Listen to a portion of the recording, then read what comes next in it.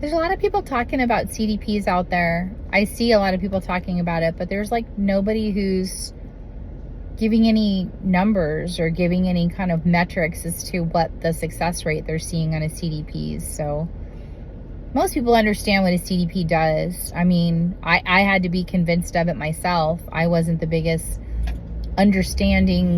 most understanding or biggest supporter of it initially, but now that I've seen the kind of metrics that a CDP can put out there for a store, I mean, I'm a believer for sure, because what really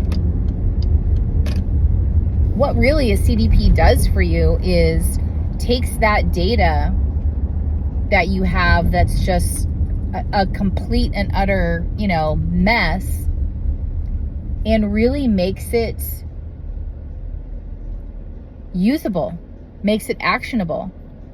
So we all know third-party, leads are just, they're done. They're over. They're absolutely over. That's not a viable place to get customer information. Most of it is just spammy shit anyway. And you're lucky if you call the lead, if that's even the person that submitted the lead, and it's not some pissed off girlfriend who submitted her cheating ex-boyfriend's name and number on 100 different car websites. Or it's, as one of my friends likes to put it, a crack house where there's 8,700 people living that submitted leads last year. So, I mean, really marketing out to your first party, your data, your customer data, your sales data that you have in your system. I mean, it really is the way that you should be moving the needle as far as your marketing efforts. That's what you should be switching over to. Because let's face it, where your dealership is, I mean, if you've had that dealership there for 2 years, 5 years, 10 years, 80 years, whatever it may be, I mean, there may be some small shift in the population, maybe growth in the population, hopefully.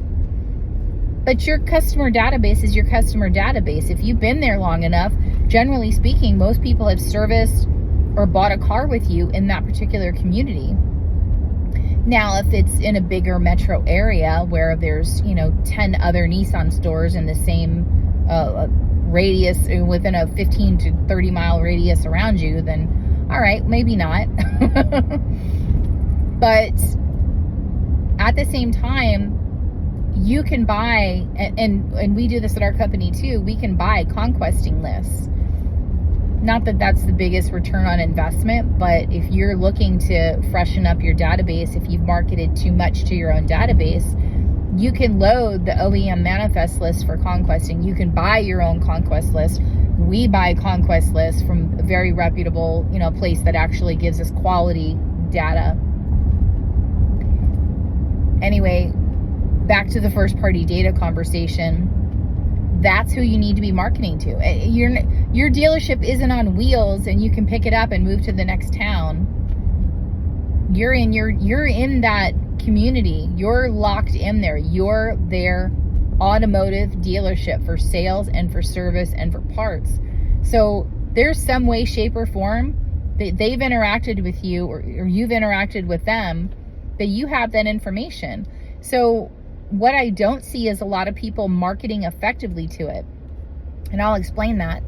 What our program does, what the auto miner does, which I really dig, is takes that first party data and then proceeds through a set of filters to create a really just a surgical campaign.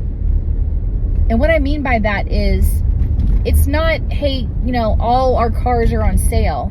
It's marketing to a guy who has an 8% interest rate on a Tundra from 4 years ago that he still has 3 years left on his loan, when the current interest rate is 2.9% and you've got 24 sitting on your lot. Now you can send that guy a very precise targeted email campaign discussing why he should get that Tundra, how much less the interest rate is than what he's paying currently. So think about the effectiveness of that kind of campaign. And then if you layer on top of it an extremely effective BDC and a follow-up process that is, hey, Joe Smith, that Tundra that you have from 4 years ago, did you receive our emails talking about our email talking about the 2.9% for 60 months on that vehicle? So I want to bring you in, Mr. Smith, and I want to have someone professionally evaluate your car for the best used car price we can possibly get for that. Now you're having a conversation. It's not a spray and pray. Hey, do you still own the car? You know John Smith owns the car. Why? Because the CDP cleaned it. And the CDP made sure he owned the car, made sure he lived on Main Street, made sure his number was 5551212. That's what the CDP does. So if you're talking about an effective use of your BDC's time and you're not talking CDP, you don't have a CDP layered into that, factored into that equation, then you're the problem. You're causing their waste of time. Because if you're giving them, a manifest list of 15,000 people, here, work your way through that, not only are you going to get a pissed off BDC person who can't make any money on shown appointments because half the people on that list that she called today, of the 300 calls she made, don't even own the car. You just wasted whatever you paid her. That's the money you're wasting, because you're wasting her or his time on calling a list of people that is completely, has not been cleaned, has not been verified, has not been confirmed. So that's what the CDP does for you. That's what tools like that do for you. And they're not all the same. So I would have told you, even 3 years ago, I would have told you all CDPs, they're going to be the same. It's going to be exactly the same. Because that's when we started having this conversation. We started talking about, hey, CDPs, they're coming, get ready. And then a year ago, it was CDPs are coming, they're here. The CDPs are the way. The first party data is the way. We're about chest deep in the CDP conversation right now. So if you're not on the train, you are absolutely going to get left behind at this point. You should have been talking about it a year ago. You really should have been talking about it 3 years ago when the conversation first started coming up. Now we're in the thick of it. So you need to look at your CDP options. You need to figure out what the differences are. So